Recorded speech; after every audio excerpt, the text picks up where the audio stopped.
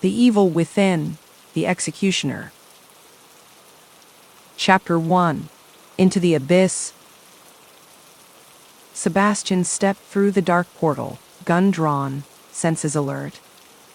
The acrid smell of blood and rot assaulted him immediately. He had returned to the nightmare. Around him, the shadows twisted and writhed, the inky blackness bleeding into rusted metal, stained concrete, and damp, moss-covered stone. This place was familiar in the most unsettling way, like a childhood home decayed and warped by time and neglect.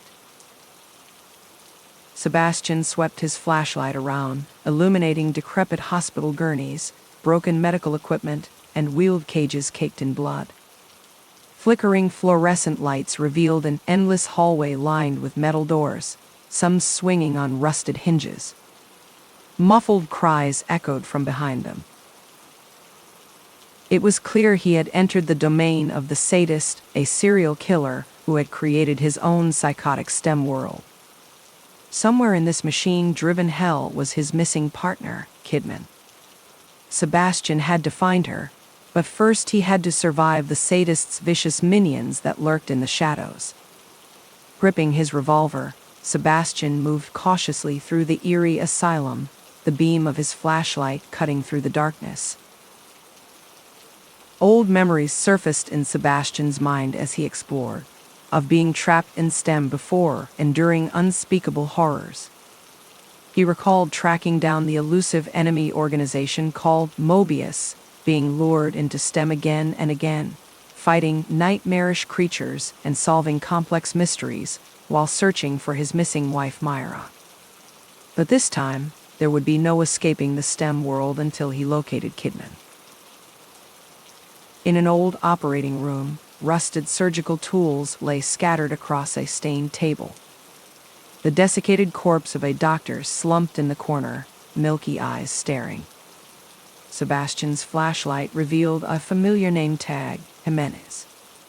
Sebastian's blood ran cold, remembering the crazed doctor from his past experiences with STEM. The haunting visions were already starting. Down a debris-filled corridor, the crumbling tile walls were covered in mad scrawlings written in blood, the cries for help, complex mathematical formulas, Bible verses, all the incoherent ramblings of a diseased mind. The very architecture seemed to shift and twist, runes overlapping and intersecting like a spatial impossibility. Sebastian began to feel the oppressive presence of the Sadist in this space. Cruel whispers echoed all around, faint screams rang out, muted crying came from behind locked doors. The darkness felt alive, tendrils of inky shadow growing and retracting. This place was alive with malice. When Sebastian opened a heavy metal door, he found himself not in a room, but a long hallway, the fleckered fluorescent lights revealing a shadowy figure shambling toward him. The haunting atmosphere intensified, and Sebastian steeled himself for the horrors to come. He would find Kidman or die trying. Chapter 2. Ghosts of the Past. The shadowy figure lumbered into the beam of Sebastian's flashlight, a macabre creature with a bloodied butcher's smock and rusted metal pyramid affixed to its head. Sebastian recognized the monstrosity as one of Ruvik's Laura creations from his past. The creature let out an unearthly wail and rushed toward Sebastian, brandishing a long, serrated blade. Sebastian fired his revolver, shots echoing through the confined hallway. The Laura recoiled with an angry shriek as balloons of blood erupted across its smock. Sebastian dove behind an overturned gurney as the Laura slashed wildly with its butcher knife, slicing through the metal bed frame with a discordant scrape. Taking cover behind the gurney, Sebastian ejected spent bullet casings and reloaded. The creature's blade hacked relentlessly at the gurney, serrated teeth gnashing as rusted metal flakes rained down.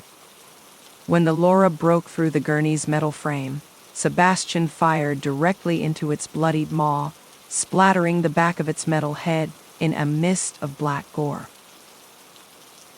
The creature convulsed and hit the ground with a wet thud. Sebastian rose slowly, emerging from behind the ravaged gurney frame. His heart pounded as adrenaline surged through his veins, the familiar rush of survival horror. Sebastian moved further down the decrepit hallway, stepping over the Laura's twitching corpse. The fluorescent lights overhead stuttered and failed, submerging him in darkness. Sebastian switched on the flashlight mounted below the barrel of his revolver. The narrow beam cut through the pitch black, revealing the path ahead. Suddenly, the flashlight illuminated a startled face, Sebastian's deceased daughter Lily, suspended from the ceiling by barbed wire wrapped around her arms and neck. Her eyes and mouth were stitched shut, body lifeless and desiccated. Shock and anguish tore through Sebastian at the horrific sight. Just then, Lily's eyes shot open, glowing with an unnatural white light. She let out an unnerving gasp like a corpse revived. Sebastian staggered back, his eyes fixed on Lily's mangled face. Her stitched mouth struggled to form words, twisted by cruelty even in death. "You let me die, Daddy," Lily's disembodied voice rang out, reverberating through the hallway. Sebastian clutched his head, assailed by grief and regret. "No, I tried to save you," he shouted. But Lily only repeated her accusatory words like a broken record as her lifeless body swayed and creaked. Sebastian fired his gun wildly in anguish, shots tearing through Lily's suspended corpse until the hammer clicked empty. As the gunshots faded, Lily and the barbed wire vanished. It had only been another twisted vision, a manifestation of Sebastian's profound guilt. Trembling, Sebastian leaned against the asylum wall, decades of trauma flooding through his psyche. The sadist was already using Sebastian's own tormented mind against him, dredging up the ghosts of his darkest memories. Steeling himself, Sebastian pushed onward. There would be no defeating the sadist if he succumbed to these paralyzing visions. He had to maintain his mission of finding Kidman. Sebastian hoped she was still alive in this hellish maze. His revolver reloaded, he descended a spiral stairwell into the depths where more horrors lay waiting. Somewhere in this endless night, Sebastian would find his missing partner, or lose his mind trying.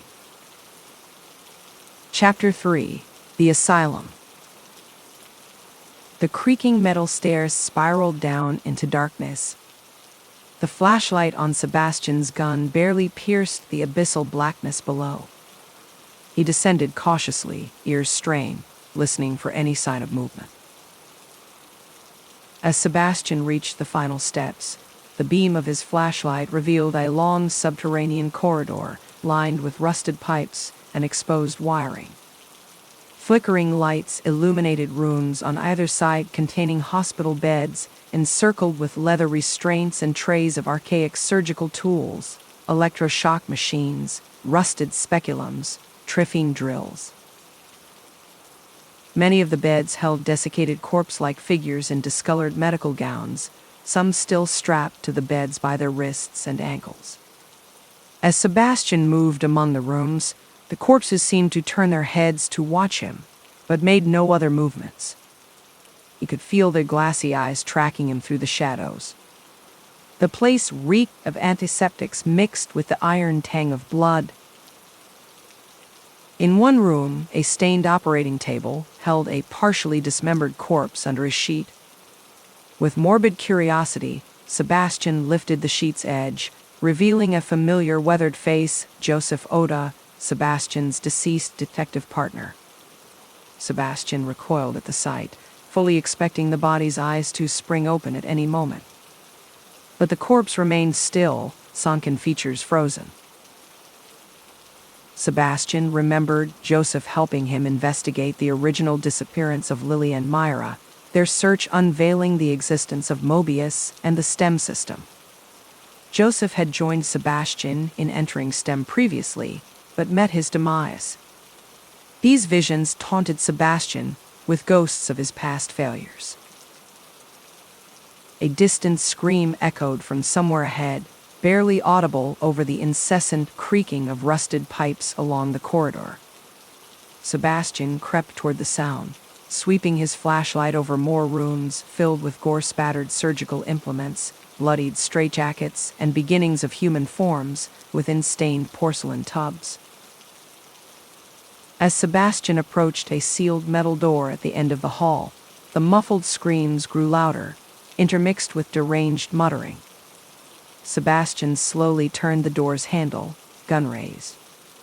The heavy door grated open, revealing total darkness within. Sebastian's flashlight cut through the blackness. Inside was a small, barren room. In the corner crouched a disheveled, ghostly pale figure in a straitjacket, rocking back and forth as it babbled hysterically to itself. Sebastian immediately recognized the shambling form and cracked voice. "Stefano," Sebastian muttered.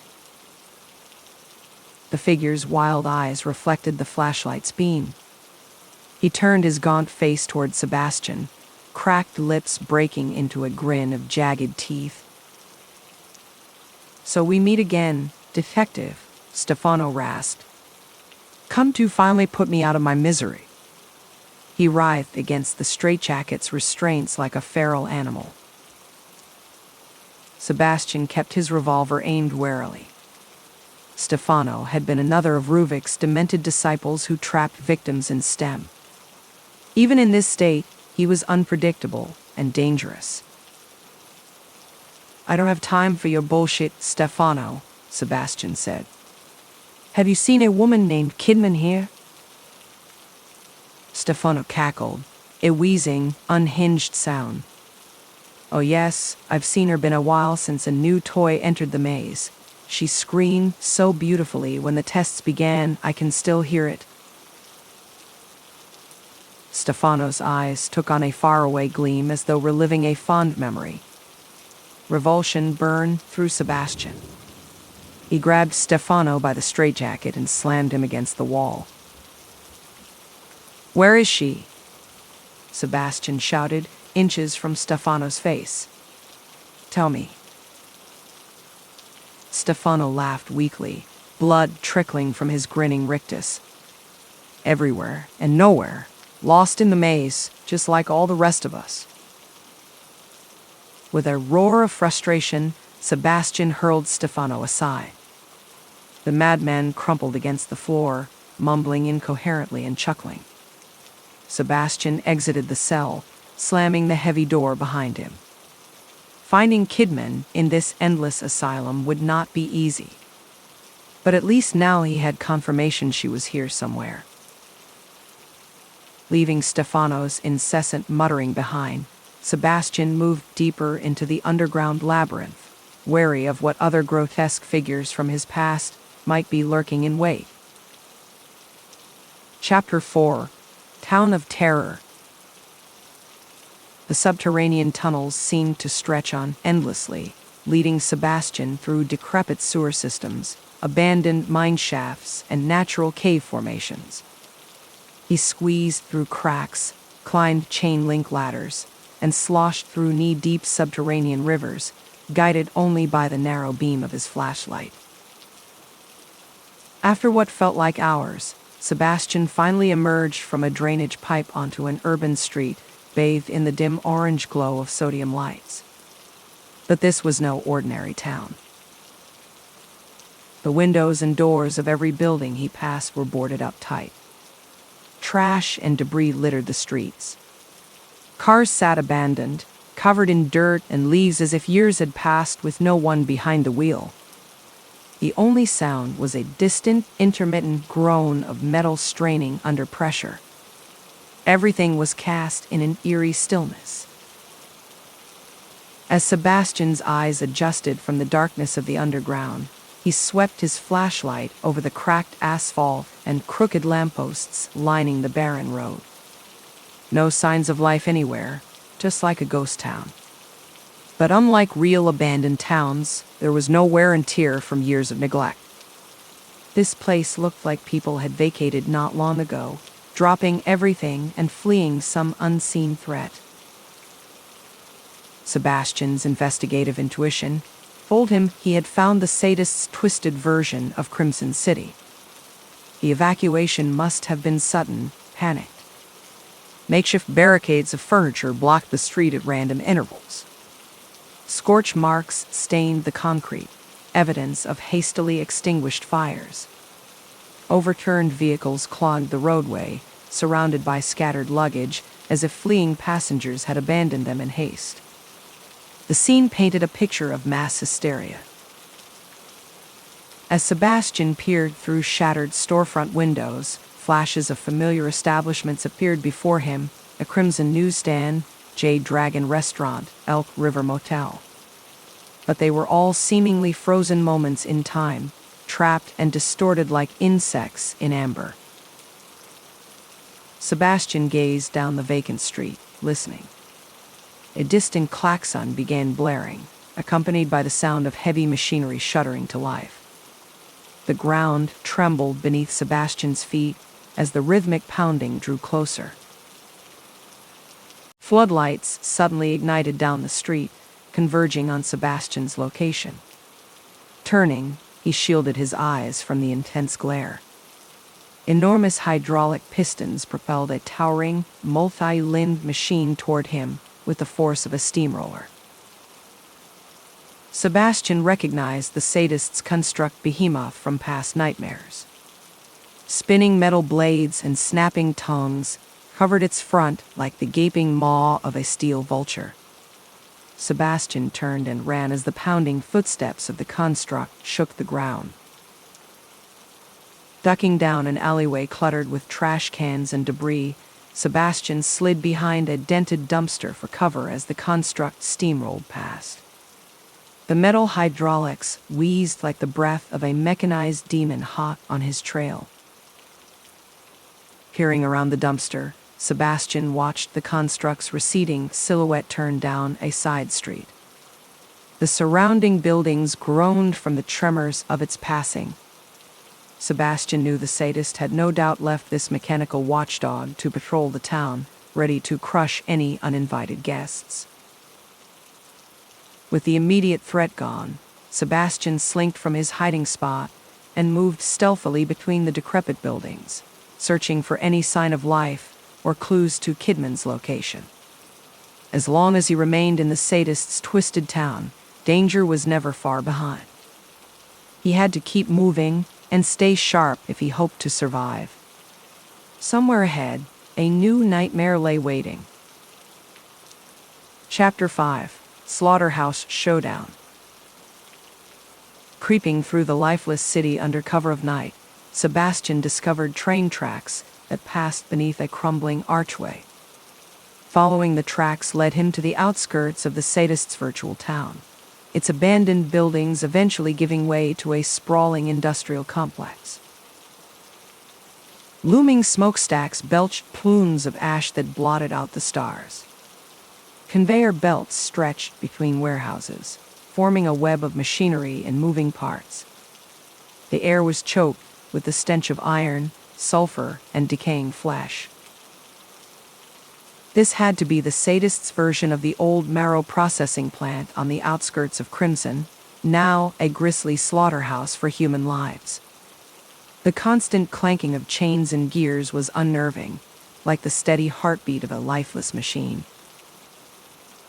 Sebastian stepped between blood-spattered delivery trucks and descended a metal staircase to a sub-basement loading dock.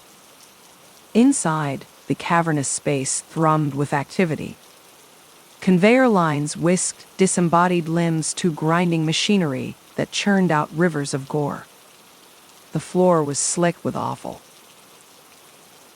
Mutilated corpses hung from hooks on an automated track that ferried them through dissection stations. At each station, robed figures cut and peeled away flesh, sorting bones, organs, and muscles. The butchers seemed unaware of Sebastian's presence, absorbed in their work.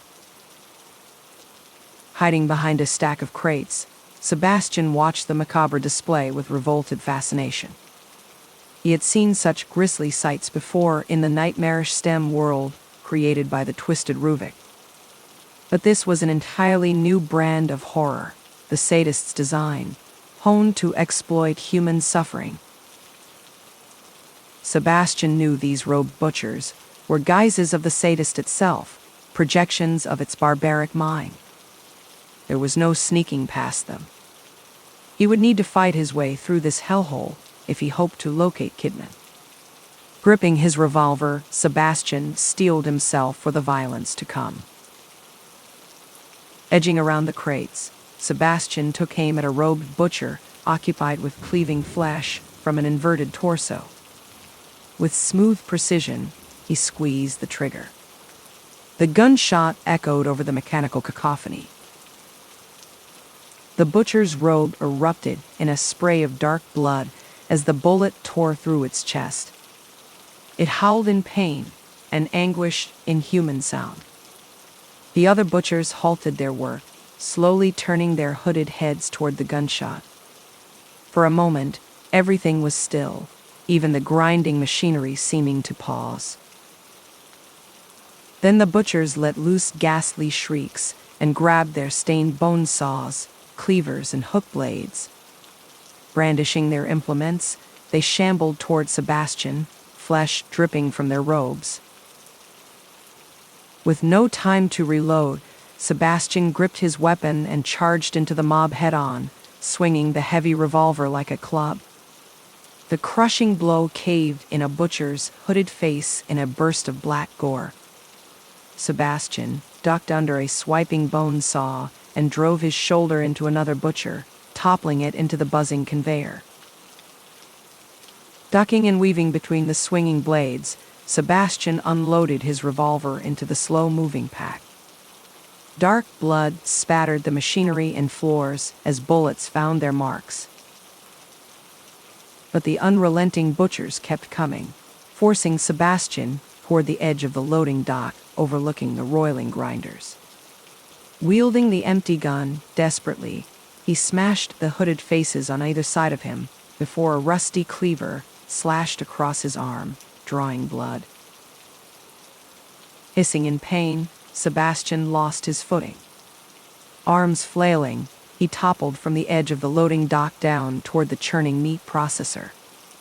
At the last instant, he grabbed hold of a dangling chain, stopping his fall mere feet from the maw of spinning, bloody steel.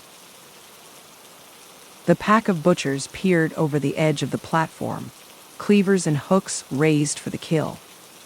Suspended over the grinding machinery, Sebastian swung on the chain, desperately looking for an escape. Launching himself back and forth, Sebastian timed his movement. As he swung forward, he released the chain, crashing into the line of butchers and bowling them over the edge. Their robes billowed like dark wings as they plummeted into the gnashing steel blades in a spray of gore. Pulling himself up, Sebastian quickly reloaded his revolver. The remaining butchers regrouped, stalking toward him along the conveyor lines. Their numbers were thinner, but Sebastian was wounded and cornered. Spotting a suspended hook above the conveyor, Sebastian fired. The bullet sliced through the chain, sending the hook swinging down at the advancing butchers. The jagged hook impaled one through the chest and dragged the writhing figure into the conveyor's crushing gears. Sebastian repeated the trick as the butchers closed in, dropping machinery and loose conveyor parts to thin the herd. Scrambling over the blood-slick machines, Sebastian made his way toward a service ladder. He had survived the slaughterhouse, but the night was far from over. The horrors of this place were just the beginning. Gripping his wounded arm, Sebastian climbed the ladder toward whatever fresh terrors lay waiting in the bowels of the sadist's nightmare world. He could only pray that somewhere above, past these malevolent shadows, Kidman still clung to life. Chapter 6: Darkest Fears. Climbing out of the slaughterhouse depths, Sebastian emerged into a sprawling burial ground. Row upon row of gravestones stretched into the gloom, enshrouded by mist. Mausoleums and worn memorials poked through the rolling fog. An unnatural silence hung in the air. With revolver raised, Sebastian limped between the headstones, foreboding growing. Many of the markers were severely weathered, names and dates worn away by time. Those still legible bore familiar names: Joseph Oda, Myra Hansen, Tatiana Gutierrez. The list of his past failures. Sebastian froze as a shape materialized ahead through the mist, a small, forlorn figure kneeling before one of the gravestones. He recognized the tattered red dress before his mind could process that it was Lily. Heart pounding, Sebastian approached slowly, emotions welling up. This was just another illusion, he knew, but it cut painfully deep to see his beloved daughter's form again, her face obscured as she knelt at the grave. He drew nearer until he could just make out the etching on the headstone: Sebastian Castellanos. This was his own grave that the imagined Lily mourned over. "Lily," Sebastian said softly. She did not seem to hear. Reaching out, Sebastian gently touched her shoulder. Instantly, Lily whirled around, eyes burning with hatred and mouth open, revealing bloodied teeth and a lashing tongue like a feral snake's. Sebastian recoiled in horror as Lily let loose an inhuman shriek and leapt at him, claws extended. He fired on reflex, but the bullets passed through the phantom as its grasp went for his throat. Its weight crashed into Sebastian, knocking him back onto his open grave. Grasping hands clawed at his face as he wrestled the frenzied specter.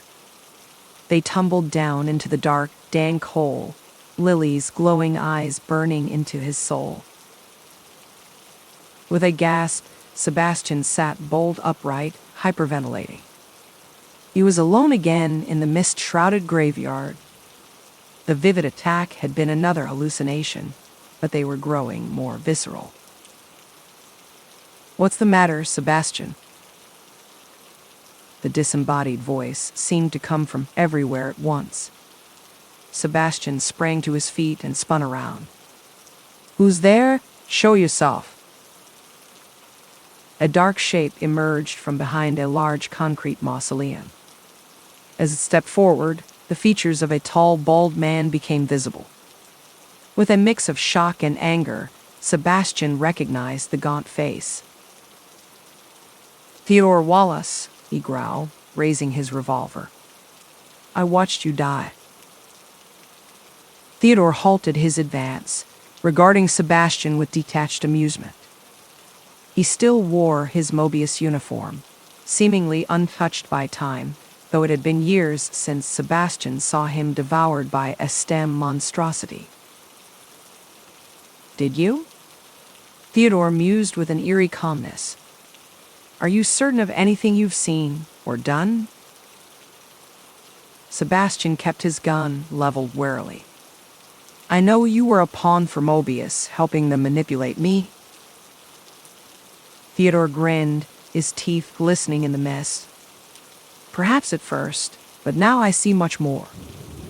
He gestured around at the gravestones. "This place runs far deeper than Mobius or STEM itself." "I don't care about your bullshit philosophizing," Sebastian shouted. "Where is Kidman?" Theodore just smiled wider. "Has it never struck you as convenient that she always escaped unscathed, that her path continuously crossed yours? Kidman has always served masters you never comprehended." Frustrated, Sebastian fired, but the bullet passed harmlessly through Theodore's body like vapor. Unfazed, the phantom continued. "You still don't understand, do you, Sebastian? This has all been shaping you, pushing you toward your final purpose. Enough riddles, Sebastian roared. Where is Kidman? Theodore's smile faded, his features becoming ominously serious. What you seek has been inside you all along. Look within yourself. Before Sebastian could react, Lily's shriek pierced the air. He turned as a blur of claws came at his face once more. But instead of Lily, it was the bloodied, feral form of Myra this time, mouth gaping unnaturally wide, fused with the biological horror of STEM. As Sebastian struggled desperately with the mutated creature wearing his wife's skin, Theodore's voice echoed around him. There is no escaping what you've become. This is your home now. Myra's festering jaws inched closer to Sebastian's throat, fetid breath choking him as he wrestled the monster. As it went for the killing bite, Sebastian roared in rage and anguish, knowing he was trapped in his own mind, nothing but a puppet in the Sadist's show. The bullets, the blood, the fear, all orchestrated by the unseen hands pulling his strings. And he was powerless to stop the performance. Chapter 7. Sacrificial Rescue. Struggling to maintain his grip on reality, Sebastian forced himself to push on through the endless cemetery, avoiding the ghosts that wore familiar faces. As he moved through the maze of mist-shrouded memorials, the ground became muddy and marshy. Through the fog emerged the Gothic steeple of a ruined church, its archways covered in tangled vines. The structure looked centuries old, worn by time and the elements. Thunder rumbled overhead. Approaching cautiously, Sebastian climbed the remains of the stone staircase, past a cracked frieze depicting images of suffering souls dragged into fiery pits by leering demons. The carved stone doorway framed images of torture, flayed bodies, and sacrificial altars. Crossing the threshold into the darkened church interior, Sebastian's flashlight revealed a nave lined with decrepit pews leading to the altar. No sacred images or relics remained within. The church had been desecrated long ago. The roof was gone in places, overgrown vegetation spilling down into the decaying sanctuary. Water dripped from crumbling arches. Cobwebs and lichen blanketed the corners. A large raven perched high in the rafters, watching Sebastian with beady eyes, as if standing guard.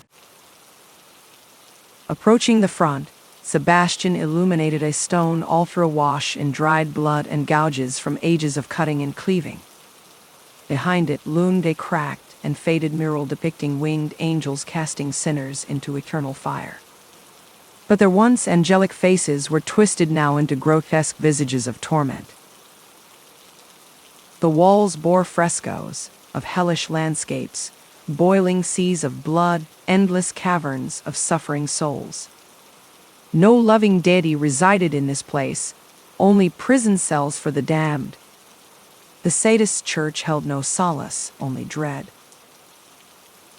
Movement overhead drew Sebastian's gaze upward. Near the vaulted ceiling hung a large iron cage, suspended from a chain. Inside was a human figure in shadow, unnaturally still. Sebastian's heart quickened. Stepping around the blood-caked altar, he illuminated the interior of the cage with his flashlight. Crumpled inside was Kidman, bound in barbed wire, eyes closed. "Kidman!" Sebastian shouted, but she did not stir. Urgently, he searched for a way to lower the cage. Spotting a rusted crank mechanism on the far wall, he rushed over and turned the wheel. The gears groaned in protest as the chain lowered the enclosure. When it neared the ground, Sebastian ripped open the cage door and moved to Kidman. Gently shaking her shoulder, he repeated her name, but she remained motionless. Cutting away the barbed wire with his knife, Sebastian checked her pulse. It was there but weak. What had the sadist done to put her into this state? Into the deathly silence came the strained notes of an old hymn from the organ balcony above, its pipes diseased and corroded. Sebastian looked up warily, gripping his revolver. The angular figure seated at the decrepit organ was obscured in silhouette, but the haunting melody continued. As the final notes faded, the organist stood, features becoming visible in the dim moonlight from the shattered roof. Sebastian's mouth went dry. Myra. Her face was pallid like a corpse, blue veins visible beneath translucent skin. Myra stared down with sunken, clouded eyes as if in a trance. When she spoke, her voice was weak and hollow. I knew you would come for me, Sebastian. Sebastian blinked. No, this is another trick, he stammered. You're dead. You left me in this place to rot, Myra continued, no inflection in her haunted voice. You abandoned our daughter. You failed your family. No, I tried to find you. Sebastian shouted desperately, emotions choking his voice.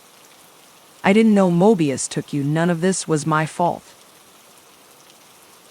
Myra just gazed down with her dead eyes. I was waiting for you, calling for you, and you never came. Overcome with anguish, Sebastian fired his revolver wildly at the organ balcony until the hammer clicked empty.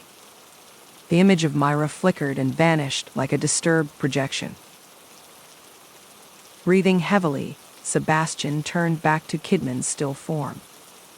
This place was breaking him down piece by piece. He had to get Kidman and himself out of this nightmare before the sadist succeeded in utterly destroying his mind. Lifting Kidman's limp body, Sebastian carried her down the blood-stained aisle toward freedom, or whatever semblance of it existed in this damned world. The raven watched silently from the rafters as they departed. Whatever was left of Sebastian's sanity now depended on Kidman being real. Chapter 8. Mind Games. Carrying Kidman's listless body through the gnarled vegetation, Sebastian left behind the sadist's desecrated church. Thunder rumbled incessantly in the ashen sky, as if the heavens themselves were being torn asunder. Ahead lay the husk of an abandoned bus, its rusted shell overgrown with vines. Hefting Kidman through the rear doors, Sebastian cleared away debris and laid her across a tattered seat. Her breathing seemed stable, but she remained unresponsive. He had to find a way to snap her from this catatonic state. Rummaging around the mildewed bus interior, Sebastian located a small medkit with bottled water, antiseptic, and bandages. First, he cleaned and dressed the bleeding welts left by the barbed wire that had bound Kidman. Checking her vitals again, her heartbeat seemed steady. What was causing this coma-like paralysis? Sebastian shook her gently. Kidman, wake up, it's me, Sebastian. Her eyelids fluttered but remained closed. It was as if she was trapped in an endless dream.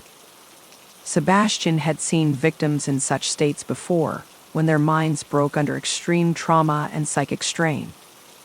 Whatever the sadist had inflicted on Kidman's psyche had pushed her into a nearly vegetative oblivion. Frustrated, Sebastian searched the bus for anything to aid her.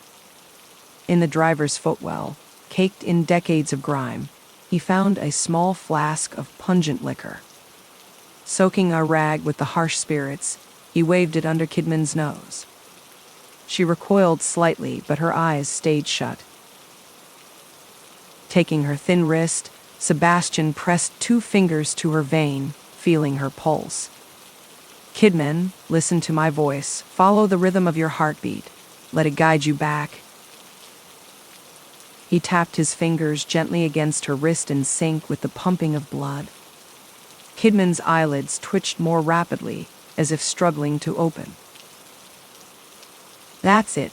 Just focus on the rhythm. Follow it back from wherever your mind is trapped. Follow my voice, Kidman. Sebastian kept tapping and talking in a steady, calming tone. Kidman's breathing quickened, her head turning slightly toward his voice. Thunder cracked outside in deafening booms.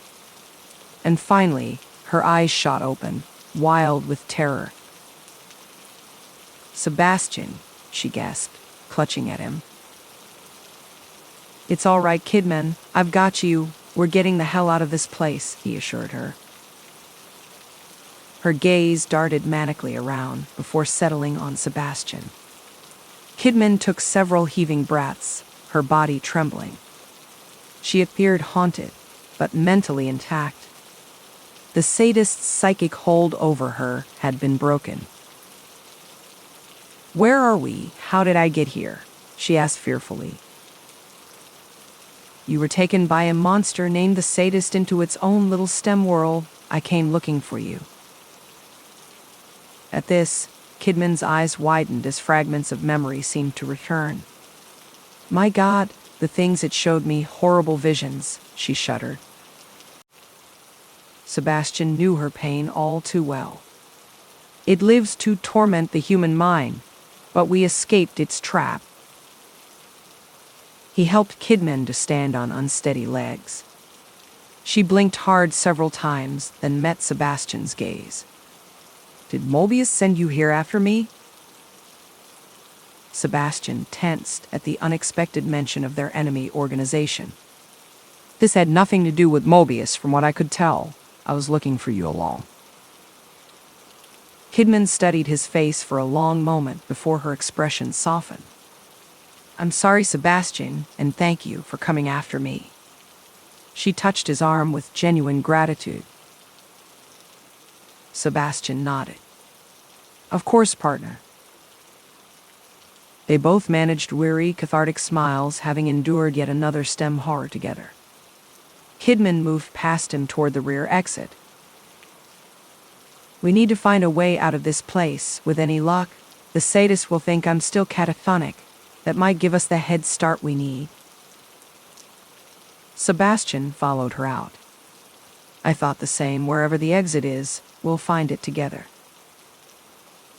Side by side, they hiked down the overgrown rural road away from that damned church and its horrors. Sebastian knew their journey was far from over. But having Kidman conscious and mobile again gave him renewed hope that they might both make it back alive. Chapter 9. Hidden Agenda. Leaving the church behind, the partners followed a twisting trail through the gnarled woods. Thunder rumbled overhead and cold rain began to fall, dripping through the twisted branches. Their clothes and skin were soon soaked through. Rounding a bend, Sebastian and Kidman came upon an old shack half collapsed against a muddy embankment. A faint light glowed in one mildewed window, suggesting refuge from the storm. Cautiously, they approached the derelict hovel. Sebastian swept his flashlight over the exterior. Rot had taken much of the wooden structure, but its tin roof and stone chimney appeared intact. It would have to suffice for shelter. Kicking open the warped door, Sebastian and Kidman slipped inside. It was a single-room dwelling with only the barest suggestion of former habitation, a overturned table, shattered oil lamp, some scattered utensils. A dusty lantern still burned in the corner, its flickering flame casting dancing shadows over the peeled walls. Through holes in the roof, rain dripped into rusted buckets. Kidman wrung water from her clothing, while Sebastian searched for anything useful. In a small cupboard, he found moldy blankets, rope, and miraculously, some dried food rations. It was enough for a meager meal to restore their energy. They ate ravenously and drank rainwater, caught in the buckets. As their vitality returned, Kidman met Sebastian's eyes with an unspoken gravity.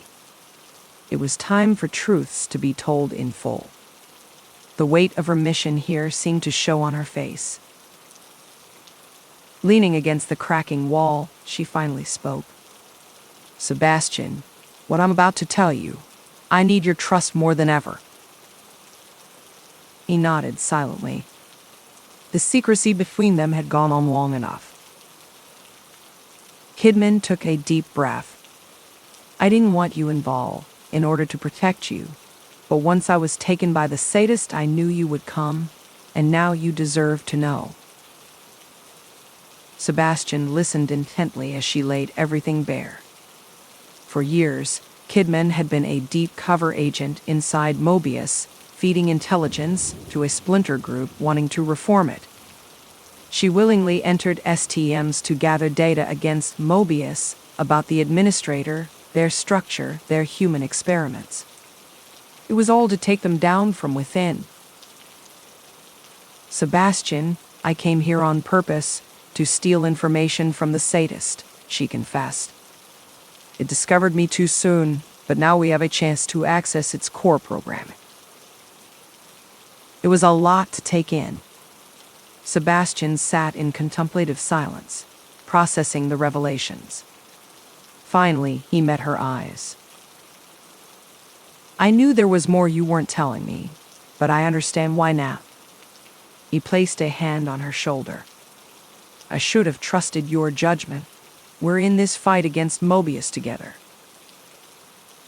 Kidman looked relieved. "With the intel I can get here, we can deliver a major blow when I return.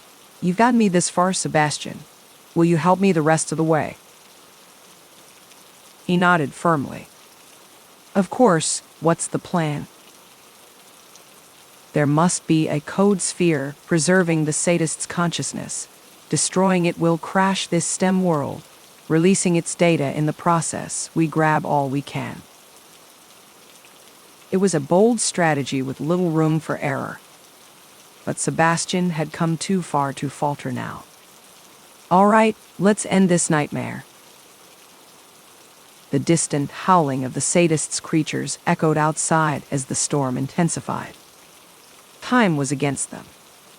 Leaving their shelter, Sebastian and Kidman traversed the muddy trail with new purpose.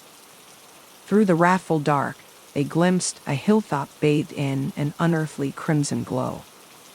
At its peak stood a twisted oak tree wrapped in barbed wire. "The heart of its domain," Kidman said ominously. Together they ascended the slippery slope toward the tree and its pulsating aura. This was the source, the core where the Sadist's consciousness dwelled.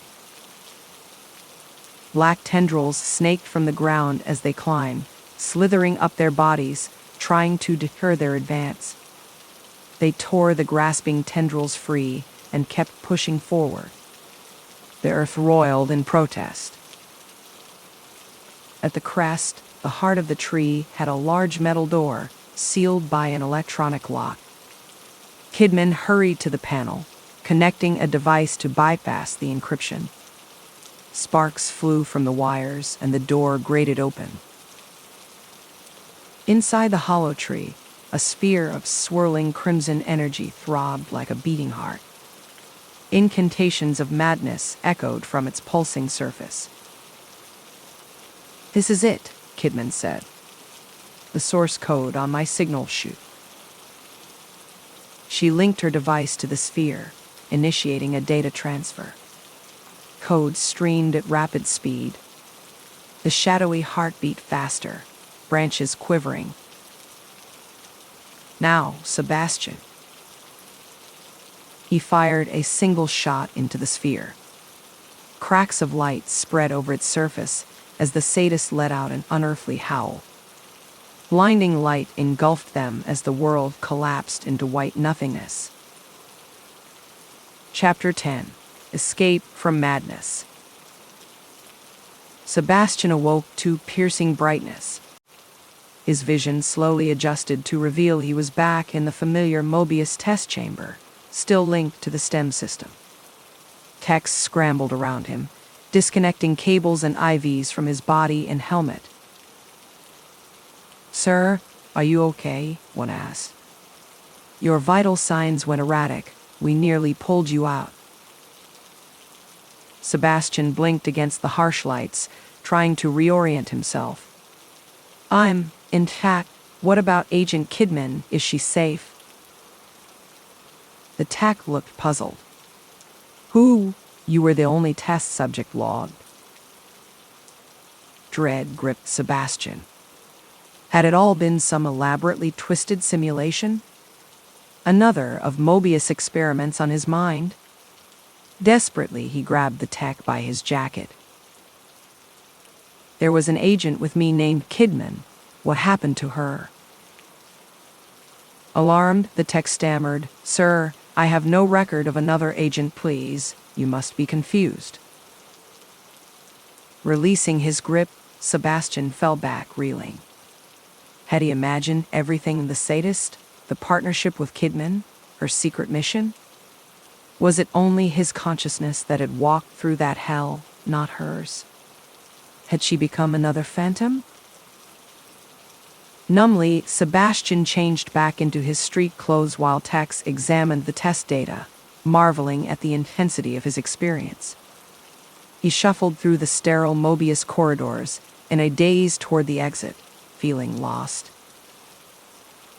Approaching the lobby, the security woman at the front desk called to him. Agent Castellanos, you have a package. Sebastian paused as she produced a plain, unmarked envelope. Puzzled, he took it and tore it open. Inside was a data chip and a brief note that simply read it was all real. The fight continues. Ike. Relief washed over Sebastian, followed by swelling admiration. Kidman had made it out and smuggled him the stolen intel. Her mission was a success, enabling the next phase in their secret war against Mobius. Stepping out of the building into the cold, piss-scented city air, Sebastian glanced back once at the imposing Mobius tower, its antennas and satellites transmitting the digital seeds of humanity's enslavement across the world. But for now, they had struck an unseen blow against the all-seeing eye. Kidman was still out there, somewhere, unraveling their web from the inside. And Sebastian would be ready when she called on him again. Their paths through the darkness were still intertwined. Walking down the busy street, Sebastian cast his gaze up to the glinting stars, picturing the view from some virtual world where Kidman now toiled in secret, bringing them closer to revealing Mobius' buried sins before the watching heavens. The data he carried in his pocket meant hope still lingered within the machine. The end.